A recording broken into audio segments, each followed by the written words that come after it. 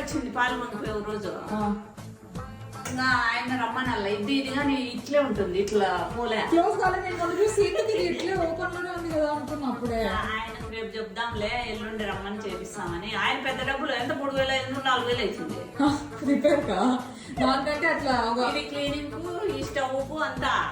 ఇప్పటికి ముందు 3,500 మధ్యలో 3,500 2 సార్లు చేపించిన. ఇప్పుడు 7,000 అయింది దీనికి దానికి 2 దాంట్లో. అయితే బాగా పనిచేస్తుంది. ఒక్కోసారి ఇట్లే ఉంటుంది, అట్లే ఉంటుంది.